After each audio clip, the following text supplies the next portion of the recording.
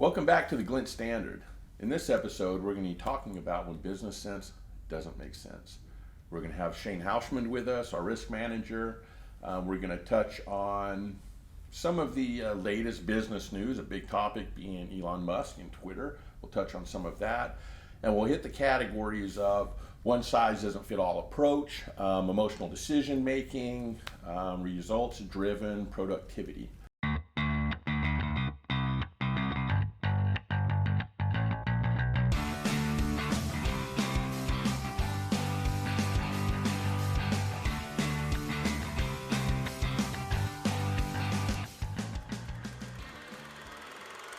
So, welcome. It's your first one. Thank you for having me. You excited? Oh yeah. It's good to see you. Yeah, you as well. You bring some very unique insights into, well, from your experience, your background, and your world, really on the operational side of running businesses, growing them, selling them, going, okay, this is way too risky, or we're not risky enough, and really making decisions, which are hard decisions, about what businesses should do. And in our environment today, one of the biggest news articles that are out there, it's about Twitter. I think I think media is painting a picture for sure, right? A little bit. But I think there are some good lessons to be learned in that as well that apply to even small business ownership, right? Correct. When you have challenges or maybe an extreme takeover, Yeah. that comes with a lot of decision making. So let's talk a little bit about a one size fits all approach. And you're thinking about big business, a small business, and framing it around that. What are your thoughts around how you handle those things? The word is always, whenever you look at the one size fits all, the silver bullet. Somebody, especially with serial entrepreneurs, that hey, I've done one thing, I can repeat it again. So it's always good to have process. So whenever you implement a process, you can easily duplicate it. So we all know that. The problem with that is, usually when you look at a business model, you have to be able to make decisions when facts change. And unfortunately, when you want to do the one size fits all, when facts change, people still want to stick to the same mantra. It's like, well, this is my way of doing things. This is how I've done it. This is what I've been successful. But that may not always work. So you have to be able to adapt and change as quickly as possible. So that's why, in this conversation, we're talking about, the Twitter takeover we have here, that someone's been, successful as running other businesses, Right. Seeing it and say, you know what, I could duplicate the same thing. Then, once stepping in is like, well, it's not as easy as I thought. And that's where we went and see all the changes that, with the firings and everything else. So came in with a one size fits all, I can duplicate it. But now it's a little bit different. So now this is the adaptation piece of it. Correct. Okay. And you have to be able to change. So, is it work all the time? It's it's questionable. It's a tough balance, right? And Yeah. our environment's our environment right now. Correct. And you look at European countries and how their work ethic versus ours. It's not that it's not as hard, but it is different. Yes. And there is some really good things about that as well, and how do you bring that in? So when you talk about facts change, talk about maybe revenue drops, maybe rates drop if you're maybe a credit union or something like that. Yes. How do you keep the emotional side out of that as well, where you're not just making knee-jerk reactions? What do you think about when these things happen? And a business is going to ebb and flow. Maybe that's the natural state of things. How do you keep yourself leveled to make good, level-headed decisions? So, in tough times, especially now, for example, we're talking about going in, everyone's hearing the word recession. And usually by the time we're out of it, they come and say, oh, we're out of it already. So we were in it, not even knowing it. Right. So now it's kind of what kind of a landing we're going to have, soft or hard. So everyone's hearing about it. So all businesses are, in kind of a save mode and trying to see what's the best way to move forward. As far as the emotional part of it goes, whenever you want to make a decision in business, small, large, whatever it may be, you really have to look at the long-term return on your investment. Okay. So we're talking about, what's the first thing you want to do in a downturn? Trying to combat revenue. Yeah. Okay. So cut expenses. What are expenses? Employees. The biggest one's people. Of course. Yeah. In your case, marketing. Right. Travel, whatever it may have. So you have to look at, what's the price? You lay off a bunch of people. Yes, you save money short term. But what if it was a soft landing and the turn is quick? So you may have lost really great assets. Yeah, and I always think in terms of, that's always a quick and easy answer. It's your biggest expenditure, right? Correct. But you also need to produce the work. So what that means is you need more revenue coming in anyway. So there's going to be more work. That's what you're driving for. Yes. So now you're asking everybody that's still there to pick up the load. Yeah. Right? But I'm not advocating for, hey, let's keep everybody. Okay? Fair, because there are times that you have to look, is everybody, contributing? Because sometimes you have to basically get rid of some for the greater good. So if you have to get rid of 5-10% of your workforce in order to save the rest, well, maybe that's something you have to do. So, and that's a tough decision. We always hear small business, you always say, well, it's business, it's not personal. Well, it's personal when it happens to you. We're people. It's always going to be correct. Personal. So it is a personal decision at the end of the day, but as the leader of the organization, you have to decide, what is it going to benefit my entire organization as a whole? So thinking about that, are there any key triggers over the years that you've done this? Maybe there aren't any. Are there any key triggers you see that go, okay, it's time to make this hard decision? What leads up? At this point, I've got to do it. What is driving that decision? Or if this happens here, we're going to keep going for another month before, because ultimately we don't want to lay people off. Yeah. So are any key triggers you can think of that to be aware of? I won't say key triggers. For my point of view is always, in good times, plan for the worst. Okay. So when times are good, don't be frivolous. Plan for the downturn. So have enough of a reserve so you can weather times like this. Fair. Yep. But also, continue watching your people, and as far as provide training, support, whatever it is that you need to make sure that you have a good organization, you have a good team. But that time will come. Usually, as a leader, you'll have an idea months before it happens. So it's just a matter of. Let's hope so.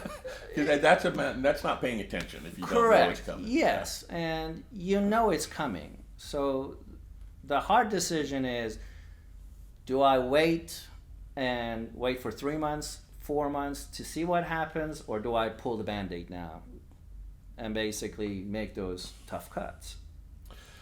So thinking about that kind of an emotional decision making versus really being strategic, like you're talking about, planning for it, knowing it's here. If this doesn't fall into place, we keep going. If it does, then maybe we avoid it. Sure. That's not shared with everybody, but that's part of being in the big seat, right? That's what you're dealing with. Yes. So when you deal with something extreme, like I'll use Elon Musk as an example, where it seemed like everything came very, very fast. Is that to drive out of fear? Is to make people uncomfortable? Is it just extreme change for extreme change to make impact? What do you think about the way that was done? From the perspective we have, anyway. From not knowing all the facts and just kind of looking at what we see. Yep. We're talking about a case study here, for example, that you have someone that is successful, walks in, see a business that perhaps bleeding cash, perhaps flawed business model. And maybe has been for a while. And it has been for a while. And, seeing that perspective, and it's like, okay, you know what? Let me just cut down as much expense as I can. And it can work from the perspective of, the fear factor we're talking about. If you get rid of 75% of your workforce, hey, you know what? If it's going to go down, it's going to go down on my term. And yeah, you can do that. It's a $44 billion, experiment. But chump change. But now let's turn it down to somebody doing $100,000 business. You went ahead and bought a $100,000 firm. Okay, what do? Maybe you walk in and you want to fire half, your salespeople or half of your production people. It could be, executed in the same manner. So you can be just as aggressive going into a business Right. and do something like that. But you got to be willing to pay the price for it.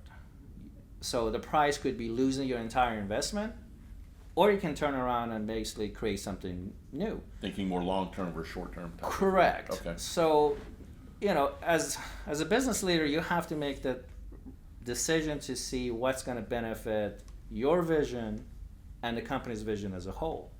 And you have to always remember that company as a whole vision, there's a people element into it.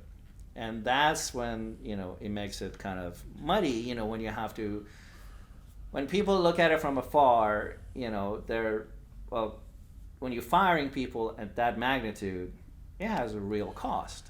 Yeah, thinking about the other businesses he has, an example, then we're going to move on to a different subject here. You've got SpaceX, you've got Tesla. They're product driven, they're high innovation driven. Mm-hmm. You think that same approach is, my understanding is that's just the typical approach of how he goes about business, the one size fits all, right? You feel like that can really fit into more of a social platform? I mean, we tried to do product with advertising, and that's kind of been a shamble a little bit. Yeah, I think that's, if you look at the business models are different. You're talking about SpaceX products, government contracts. Right. You're talking about Tesla that for years they were,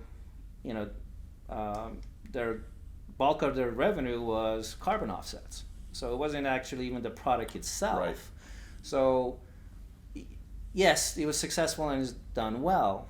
But now you're talking about something that is completely just a different animal, and when we're talking about your business, for example, I can sell a product, I can sell a service, but when it comes to marketing, I don't know.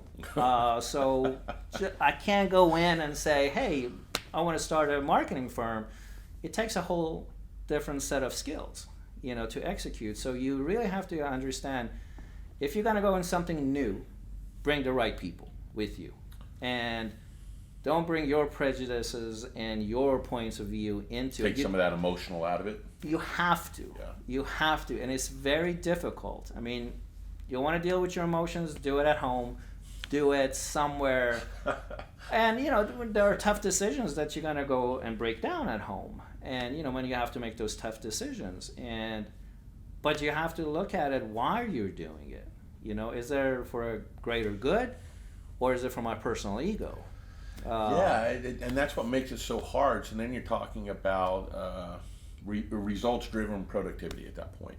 Yes. You're talking about a new culture. Yep. You're talking about, are we making gradual change? Which, companies, some companies, I think you need to make that gradual change, or you're just doing the extreme side of it. Depends on the size of the company. Depends on the people.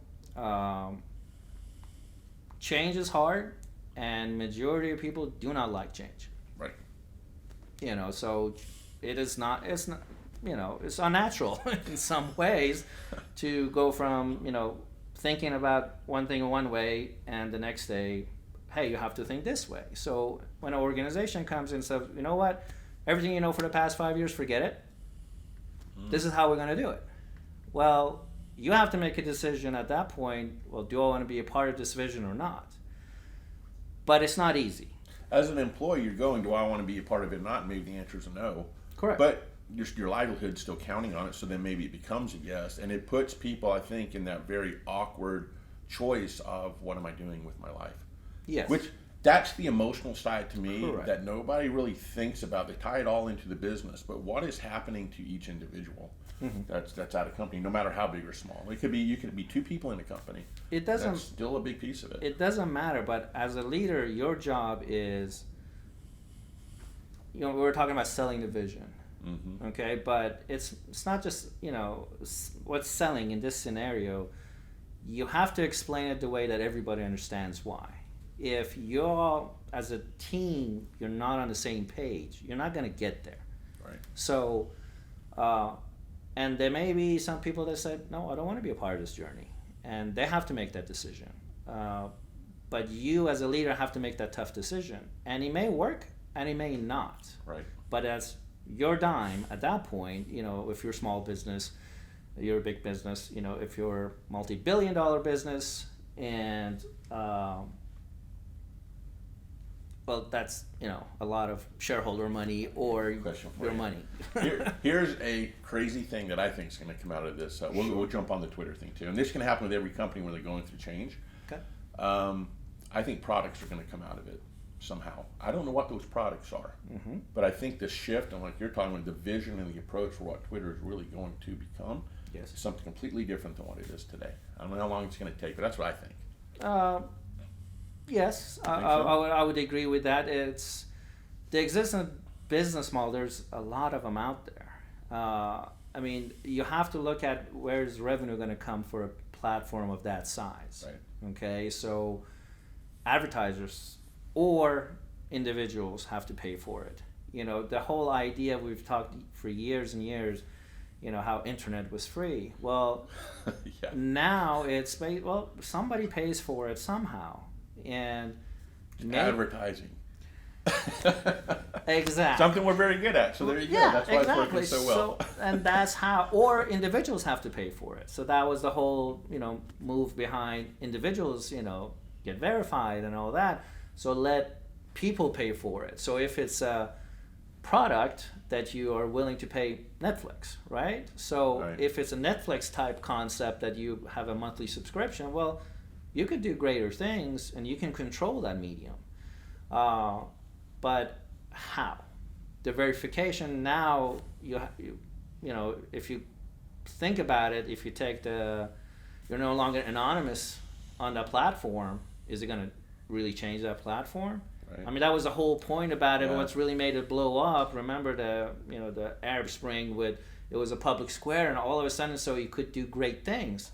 So, but if you had to be known and you were anonymous, they were going to go pick you up, and that was the end of the movement. So you have to balance that. How it's going to be different. I don't think Twitter's going to come out of this thing as what we know, but you really got to look at however you're going to change your organization, and whatever changes you're going to make, there is a price to pay.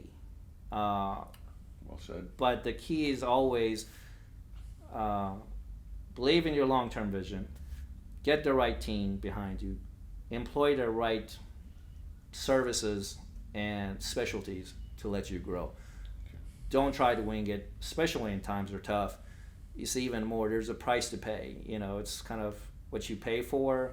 Yeah, you can buy, pay $5 for an item that will break down in a month, Right. or pay $100 and it will last you forever. Right.